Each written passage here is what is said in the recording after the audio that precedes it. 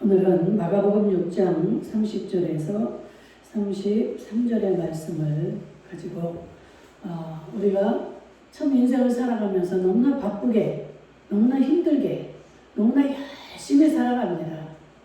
저도 뒤돌아보니까 정말 주 안에 들어와서 이후로 얼마나 그 주님만을 바라보며 앞만 보고 이렇게 온 시간이 참 많았구나. 그러다 보니까 이제 얻은 것도 있고 잃은 것도 있고 지금 돌아와서 볼 때 생각해 보니까 정말 나에게 한 번만 기회가 더 주어진다면 이런 생각이 들기도 하지만 그거는 부질없는 생각이죠. 하나님은 분명히 인생은 단 한 번이다 그랬어요.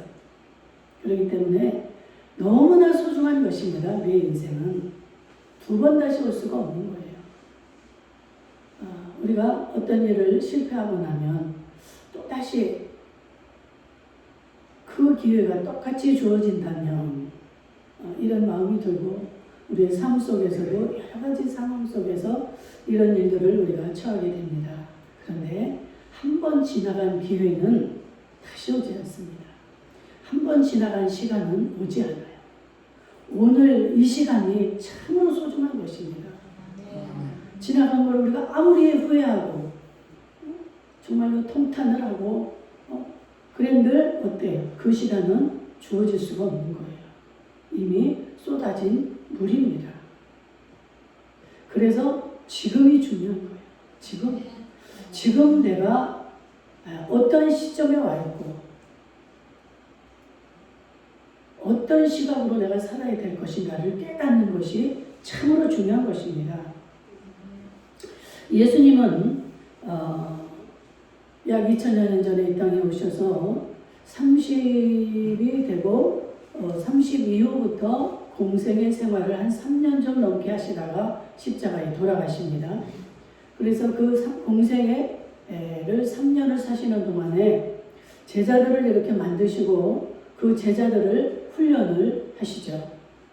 그런데 한 번은 이제 예수님이 이제 제자들을 둘씩 짝을 지어서 전도를 내보냅니다. 하나님의 이 복음을 전파하게 합니다. 너희들이 이제까지 나를 따라다니면서 보고 배운 거, 그 하나님 나라 듣고 배운 것을 이제 나가서 세상에 전파하라 하고 둘씩 짝을 지어서 내보냅니다. 그럴 때 예수님의 제자들이 생각할 때 이제까지는 그 예수님을 따라다니면서 주님과 함께 했기 때문에 그냥 주님이 하시는 대로만 보고 따라갔으면 됐어요. 그런데 이제 예수님이 뭐라고 합니까? 둘씩 짝을 짓더니 너희들 나가서 너희들이 이 하나님의 복음을, 이 하나님의 나라를 전파하라. 그랬을 때 참으로 그 제자들의 마음이 두렵기도 했을 것입니다. 우리들도 전도하러 이렇게 나가다 보면 참 막막해지죠. 갑자기 그냥 이렇게 목사님 말씀을 들을 때 하고 내가 직접 내가 주체가 돼서 전해야 될 때 그런 그 참 마음이 여러 가지로 힘들어집니다. 그런데 예수님이 이제 일단 명령을 하셨어요. 그러니까 이 제자들이 두렵고 떨리지만 주님의 명령이니까 나가서 전파를 합니다. 그럴 때 어떻게 했겠어요? 자기들이 자신이 없으니까 열심히 기도하고 했을 것입니다. 아주 온갖 집중해서 자기의 모든 것을 다 준비해서 이러고 나갔을 것입니다. 그럴 때 결과적으로 어땠어요?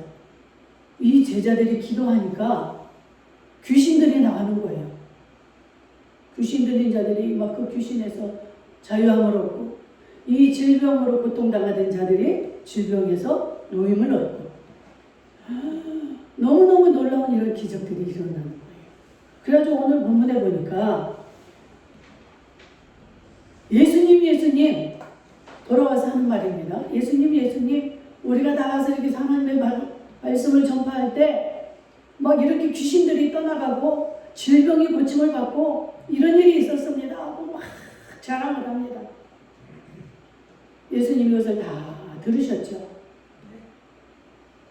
정말 얼마나 이 제자들이 열심히 했는지 이 밥 먹을 겨를도 없이 여러분들 그 귀신을 하나 내보내면 어때요? 그 주변에 이제 막 소문이 나고 그 귀신 들린 자들이 다 몰려옵니다. 그래가지고 이 제자들이나 예수님이나 식사할 겨를이 없어요.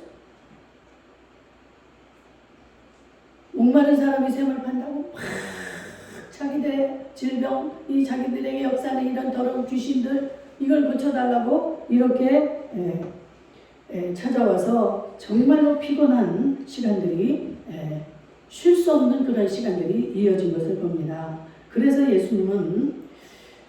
예수님이 제자들을 향해서 뭐라고 그래요? 너희들은 잠깐 한적한 곳으로 가서 좀 쉬어라. 이렇게 제안을 하십니다. 그래서 예수님이 이제 배를 타고 제자들과 함께 가는데 그 예수님을 따르던 자들이 예수님이 지금 이 말씀을 하시기 전에 어때요? 많은 병자들과 많은 귀신 들린 자들을 고쳐주었기 때문에 그 소문이 나가지고 어느 문둥병 환자 하나도 할 수 있으면 주님이 원하시면 저를 고쳐주소서 했을 때 그 문둥병자가 나았잖아요. 그럴 때 예수님이 뭐라고 하셨습니까? 너는 어디 가서 그런 이야기 하지 말고 조용히 있어라. 예수님은 때가 돼야 돌아가시기 때문에 그렇게 미리 소문이 나면 막 예수님을 잡아 죽이려고 하는 자들이 다 벌떼같이 일어나니까 조용히 하라고 일렀건만 소문이 다 퍼졌습니다. 그래가지고 예수님이 이제 제자들과 함께 배를 타고 건너가시는 것을 알고 방향을 알고 이 사람들이 먼저 예수님이 도착할 곳에 가서 기다리고 있는 거예요. 왜 예수님과 이 제자들은 좀 쉼을 얻고자 해서 한적한 곳을 찾아갔지만 정말로 그 찾아 나온 그 무리들을 볼 때 너무나 불쌍해 보였습니다. 정말 목자 없는 양같이 그런 아주 안타까운 그런 그들의 모습을 보고 또 귀신을 쫓아내주고 병을 고쳐주고 이렇게 하다 보니까 날이 껌껌해졌어요. 그래가지고 이 사람들을 그냥 돌려보낼 수가 없는 거예요. 그래서 너희들에게 가진 것이 무엇이냐 해가지고 전부 다 찾아보니까 보리떡 5개, 물고기 2마리 있는 것밖에 없습니다. 그러니까 예수님이 거기서 다 축사하시고 그들을 먹이십니다. 그때 먹은 사람들이 남자만 쳐서도 5,000명이었다고 그랬어요. 그러니까 어마어마한 남자만 5,000명이니까 한 2만 명이 넘는 거예요. 이러한 숫자들을 먹이고 이렇게 그 제자들과 함께 또다시 사역을 하셨는데 정말 이 예수님이 한적한 곳으로 가자 하고 제안하신 그 의미를 저와 여러분들은 알아야 됩니다. 왜 예수님이 갑자기 이런 제안을 하실까? 우리는 첫 번째 이 제자들이 그 한적한 곳으로 가자는 예수님의 제안이 있기 전에 아까도 제가 말했듯이 너무나 열심히 일을 했다는 거예요. 정말로 예수님이 없는 가운데서 자기들끼리 나가서 이렇게 했지만 예수님은 다 알고 계시는 겁니다. 너희들이 밥도 제대로 못 먹고 너희들의 할 일도 제대로 못 해가면서 이렇게 열심히 여기까지 왔지. 이제 좀 한적한 곳에 가서 쉬도록 해라.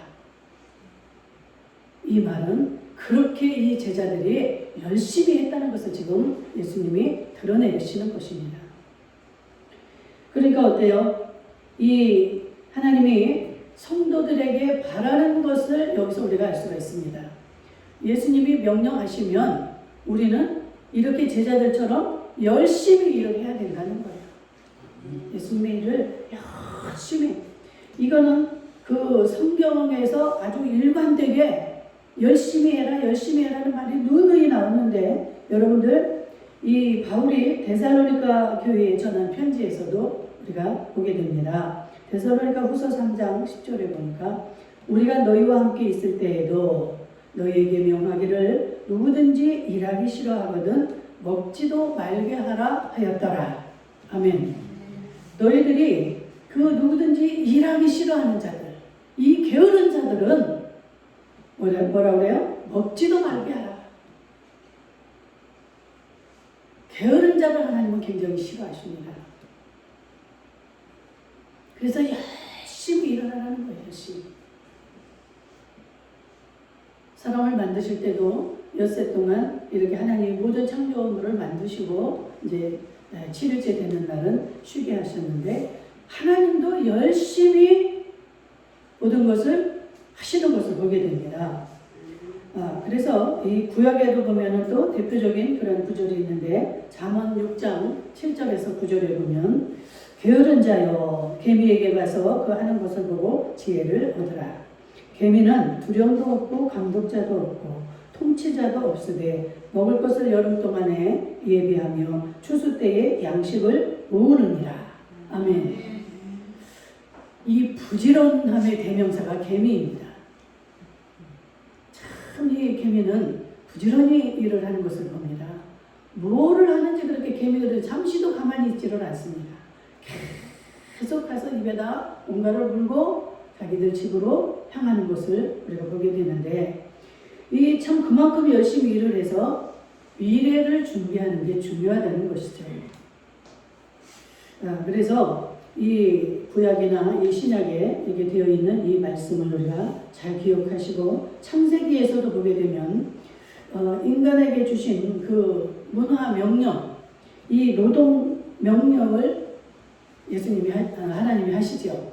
이 생육하고 번성하고 땅에 충만하고 땅을 정복하고 다스리라. 창세기 1장 22절 이하에 나옵니다.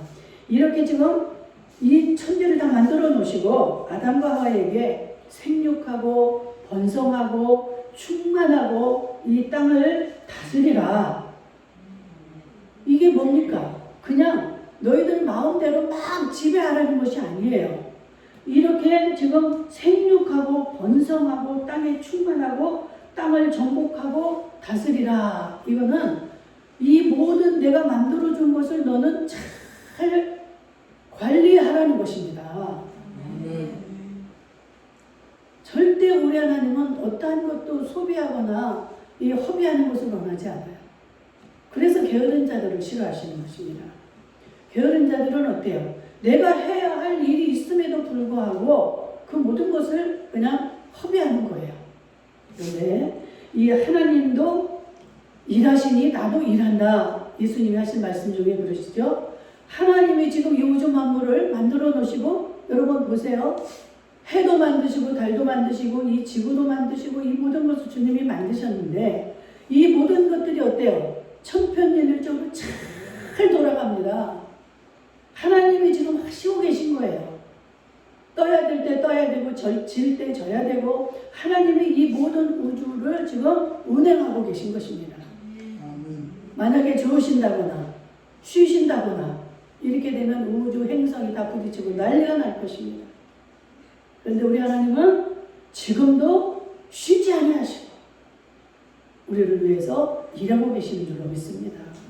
그렇기 때문에 너희들도 이 우주, 너희에게 이 허락한 이 모든 것을 다스리고 정복하라. 이 말은 너희들에게 준 것을 잘 관리를 하라는 것이에요. 아담이 범죄하기 전에는 아담이 이렇게 하는 대로 모든 것이 잘 따라와 주었습니다. 그래서 잘 운행이 됐어요. 그런데 이 아담과 하와가 범죄한 후에 어떤 일이 벌어집니까? 이 땅이 엉겅퀴를 내고 가시덤불을 만들어내고 이렇게 해서 수고하지 않으면 열매를 거둘 수가 없는 이 일을 해야만이 되는 이런 상황이 되어져 버린 것입니다. 그러니까 이들이 범죄했을 때 하나님이 너희는 이렇게 수고하고 땀을 흘려야 이 모든 것이 열매를 맺을 것이고 하와는 또 해산의 수고가 있어야 될 것이다. 이게 일면으로는 저주지만 우리가 일을 해서 좋은 또 열매를 맺어서 살 수 있는 복을 또 주신 것입니다. 살 길의 복을 우리에게 주신 것이에요. 이게 저주이자 축복이죠. 그래서 이 노동은 참으로 우리에게 살 길을 주신 하나님이 인간에게 주신 복이라는 사실을 우리는 알아야 됩니다. 그래서 칼빈 같은 사람도 직업 소명서를 이야기했죠. 너희들에게 이렇게 일을 할 수 있는 각자 다른 직장이지만 이런 직장을 준 거는 하나님의 주신 축복이요 사명이다. 그렇기 때문에 우리는 어디를 가든지 무엇을 하든지 열심히 일을 해야 되는 것입니다. 그래서 정말 이 성도는 자기가 먼저 성실하게 그 일을 잘 감당할 때 우리는 그 열매를 맺게 될 것입니다. 그리고 한적한 곳으로 가라. 이 말은 이 주님이 제자들에게 제안을 하신 건데 말 그대로 한적한 곳, 좀 사람들이 이렇게 많이 오고 가지 않는 장소적으로도 이렇게 좀 뜸한 이 오늘 말씀에도 보니까 이곳은 빈 들이요 날도 저물어 가니 무리를 보내어 두루 촌과 마을로 가서 무엇을 사먹게 하옵소서. 35절에서 36절을 보게 되면 이 말이 나옵니다. 이곳은 지금 빈 들이라는 거예요. 사람들이 막 북적북적하고 많은 곳이 아니라 빈 들, 사람의 인적이 아주 그냥 많지 않은 이러한 곳으로 우리가 해석해 볼 수가 있는데 이 말은 우리가 단순하게 그냥 이 몸을 쉰다 이렇게 해서 한적한 곳으로 가서 쉬어라 이렇게 알아들을 수도 있는데 이 성경에서 쉼이라는 이 말은 단지 내가 일하는 것을 그냥 쉰다라는 뜻이 아니에요. 영적으로 우리가 이렇게 영원히 평안과 안식을 누리는 것을 말합니다. 그래서 쉽게 말하면 우리의 몸도 우리의 영혼도 다시 충전을 하라는 말씀입니다. 그렇잖아요. 우리가 계속 일을 하다 보면 내가 지금 어디로 가고 있는지조차도 깨닫지 못하고 잘못 방향을 잡게 되면 완전히 시간이 가면 엉뚱한 데 와 있게 되는 것입니다. 그렇기 때문에 정말 우리는 내 영혼과 내 육도 같이 안식할 수 있는 그러한 쉼을 말씀하고 있는 것입니다. 그래서 이 예수님이 찾은 곳은 한적한 곳, 이 빈들, 즉 사람의 손이 닿지 않은 자연적인 하나님의 창조하신 그런 장소, 그런 곳을 찾아서 너희는 그 쉼을 얻어라 라는 이 말씀인데, 그래서 우리가 때로는 정말 그 좀 한적한 곳, 그런 곳을 찾게 되면은 그런 속에서 우리가 무엇을 보게 됩니까? 그냥 사람의 손이 닿지 않은 아주 그 주님의 창조하신 자연, 이런 곳을 가게 되면 여러분들 입에서 어때요? 자연적으로 막 찬양이 나오죠. 그 무슨 찬양이에요? 주 하나님 지으신 모든 세계 내 마음속에 그리워볼 때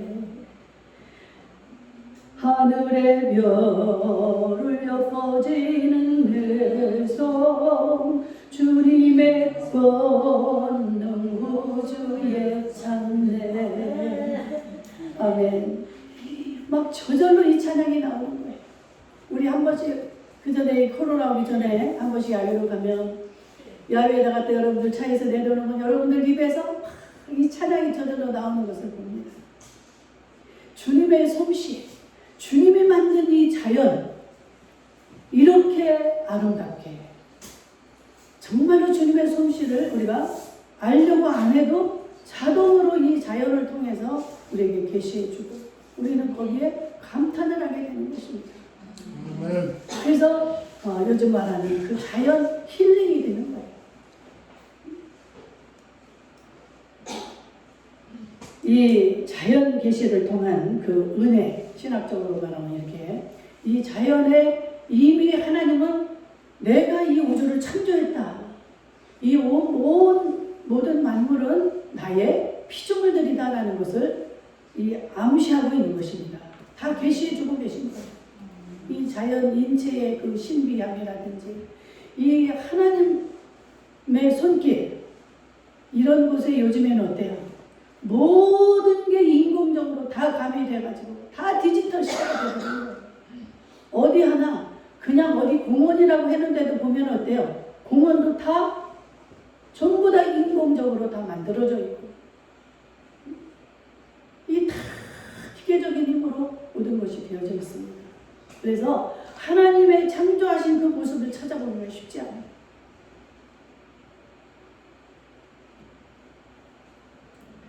참 우리는 이 디지털 시대를 살아가고 있지만 하나님이 만드신 이 원초적인 모습, 이런 것을 우리가 찾고 하나님을 만날 때에만이 우리의 이 모든 것들이 다 기계화되고 인공화된 이런 것들이 회복이 될 수 있다는 사실을 말하고 있는 것입니다.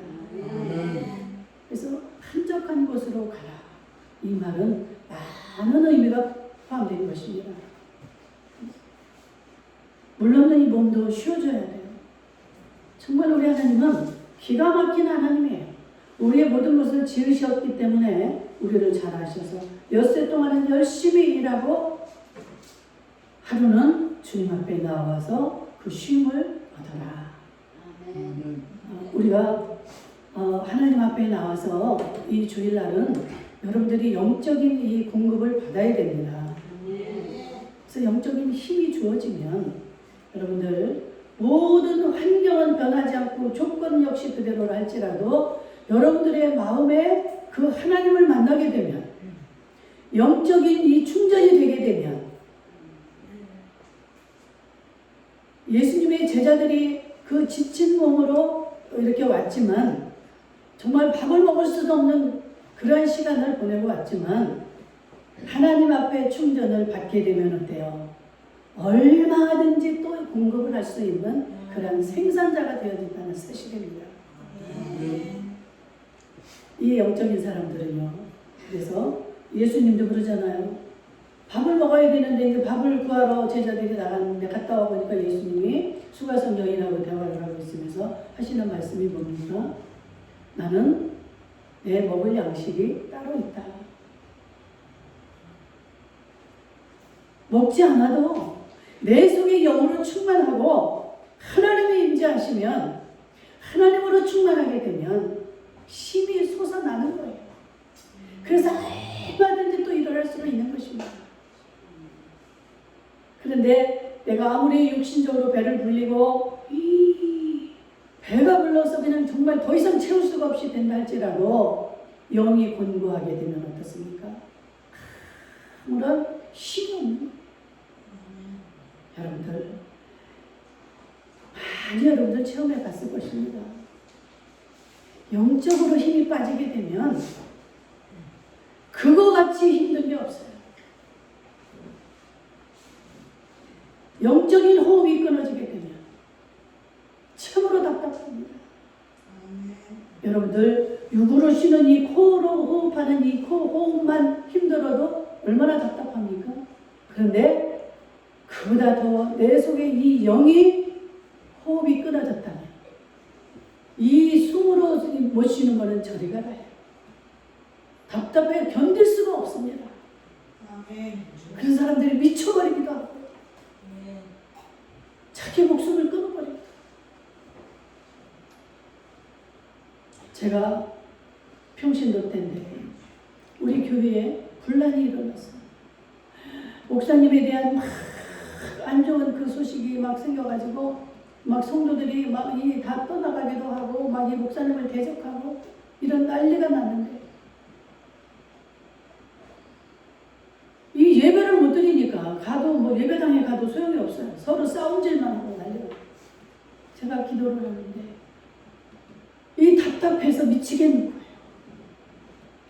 이 숨을 못 쉴 때는 저리 가라. 저는 정말 그걸 아주 그냥 역력하게 체험을 했습니다. 이 답답해서 어떻게 뭐 아무 일도 할 수가 없는 거예요.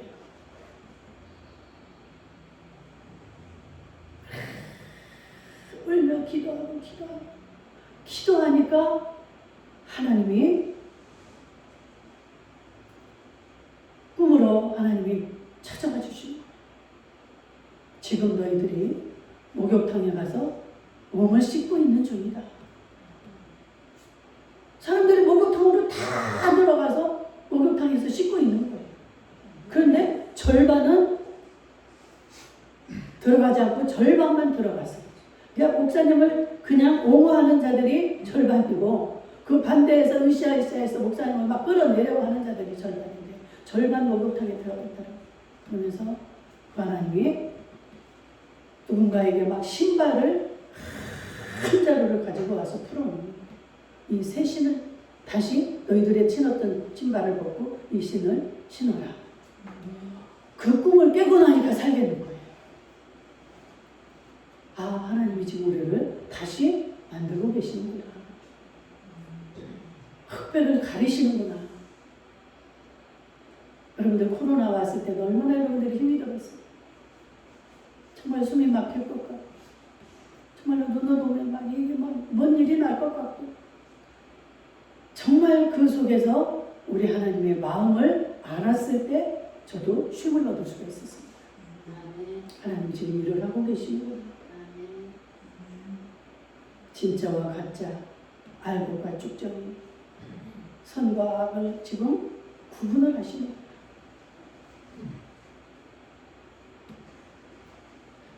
이 한적한 곳으로 가라는 이 한적한 곳의 핵심을 여러분들이 알아야 돼요. 주님이 말씀하시는 이 의미가 무엇인가를 알아야 됩니다. 이 넓은 의미로 예수님의 이 한적한 곳에 대한 의미, 여러분들 정말 예수님은 이것을 깨닫고 이것을 하기 위해서 마가복음 1장에 보면 새벽 아직도 밝기 전에 예수께서 일어나 나가 한적한 곳으로 가서 거기서 기도하시더니, 아멘. 예수님이 누구예요? 이분은 하나님이십니다. 전능자예요. 그럼에도 불구하고 새벽마다 한적한 곳으로 가서 기도했다 그랬어요. 왜? 자기에게 그 힘을 얻기 위해서. 예수님이 십자가에 달리시기 전에도 겟세마네 동산에 가서 기도하십니다. 거기서 힘을 얻어서 그 하나님의 힘으로 그 일을, 그 주어진 사명을 감당을 하시는 거예요. 스데반 역시도 그랬고, 이런 그 정말 하나님의 사명자들, 감당할 수 없는 일들이 우리에게 펼쳐지지만 우리가 하나님 앞에 한적한 곳에 가서 하나님 앞에 기도하고 부르짖어서 그 하나님을 만날 때 우리는 이 모든 것을 넉넉히 행하고도 담음이 있게 되는 줄로 믿습니다. 그래서 감람산을 예수님은 자주 찾아가셨어요. 예수님이 십자가에 달리기 위해서 이제 그들에게 붙잡히는데, 그때도 감람산에 가서 계셨습니다. 이것을 이제 제자들과 자주 가셨기 때문에 가룟 유다 역시도 잘 알았죠. 그래서 가룟 유다가 그 병정들을 이끌고 예수님을 찾으러 왔을 때도 어디로 왔어요? 감람산으로 온 거예요. 감람산에 가면 예수님을 만날 수 있다. 그 예수님을 붙잡을 수 있다. 가지고 거기서 붙잡히시잖아요. 우리는 이 주님을 만날 수 있는 한적한 곳을 여러분들 나름으로 만들어 놓으시기 바랍니다. 그래서 어느 골방이 있다면 그 골방에 가서 한적한 시간을 가지시고 주님을 만나시고, 또 여기 성전 가까이 계시는 분들은 성전에 오셔서 한적한 시간에 오셔서 그 하나님 앞에 기도해서 그 하나님을 만나셔야 돼요. 그렇게 되면 십자가가 아니라 더한 것도 우리는 다 감당할 힘이 주어지는 줄로 믿습니다. 왜? 그것을 하나님이 하시기 때문에, 하나님이 내 속에 찾아오시면, 하나님은 전능자이기 때문에 어느 죽음이 두렵습니까? 어느 조건이 두렵습니까? 하나님 손에 다 있는 거기 때문에 어떤 것도 어려움이 없는 거예요. 아멘? 아멘. 그래서 감당을 하는 거예요. 네, 사람들의 눈으로 볼 때 정말 얼마나 힘들까. 반의 세 친구들이 그 풀무불에 들어갈 때, 저 사람들은 들어갔다 하면 죽잖아요. 우리가 생각할 때는 반드시 죽어야 되는 거죠. 살아난다는 건 그건 말이 안 되는 겁니다. 그런데 그들이 기도하니까, 주님은 정말 전능자이기 때문에 우리를 저곳에서 건져낼 것이다. 그렇지 않다 하더라도 나는 이 주님을 내가 배반하지 않을 것이다. 이러한 믿음이 있었기 때문에 풀무불에 들어갈 수 있었던 거예요. 그들의 믿음대로 그들은 머리털 하나도 그슬리지 않냐고 살아나갔습니다. 저 여러분들 정말 이 예수님이 한적한 곳으로 가자 하는 그 의미를 잘 깨달으셔서 정말 여러분들 삶 속에서 이런 역사를 보실 수 있기를 축복합니다. 그냥 한적한 곳 장소만을 우리가 얘기한다면 뭐 낚시 좋아하는 사람들은 낚시터 가고 등산 좋아하는 사람은 등산을 가거나 이렇게 해서 정말 거기에서 뭐 캠핑을 가거나 이렇게 해서 쉼을 얻겠지만 주님이 말씀하시는 이 핵심은 그게 아니라 이 말이에요. 그렇죠? 아버지와 깊은 교제 여러분에게 마음속에 완전히 자리 잡으시기를 주의 이름으로 축복합니다. 그래서 골방으로 들어가서 기도하라는 말도 마태복음 6장 6절에 보면 나오죠. 그래서 이 한적한 곳은 하나님과 내가 만나는 곳이에요. 저도 그 핍박을 받을 때 정말 감당할 수 없는 그런 육적인 힘듦과 지침 속에 있었지만 날마다 그 골방에 들어가서 기도했어요. 성령님이 시키신 거죠. 기도하면은 그 다음 날이면 새로운 힘이 넘치는 거예요. 그래서 그 하루를 너끈히 살아갑니다. 그러면 또 예상치 못했던, 우리 내일 일을 알 수 없다고 그랬잖아요. 예상치 못했던 일들이 나를 덮치고 한순간도 이렇게 마음을 넣을 수 없는 그러한 순간이 주어지지만 그 밤에 예수님을 만나는 거예요. 골방에서 기도하다가 만나고 성경을 읽다가 만나고 꿈에서 하나님이 또 만나주시고 이래서 얼마나 하루하루가 정말 책으로 써도 너무나 많은 분량이 나올 수 있는 이러한 삶을 그때 살았습니다. 여러분들 한적한 곳의 의미를 잘 깨달으시고 저와 여러분들 반드시 그 하나님과 교제가 살아나는 저와 여러분들 될 수 있기를 주의 이름으로 축복합니다. 네.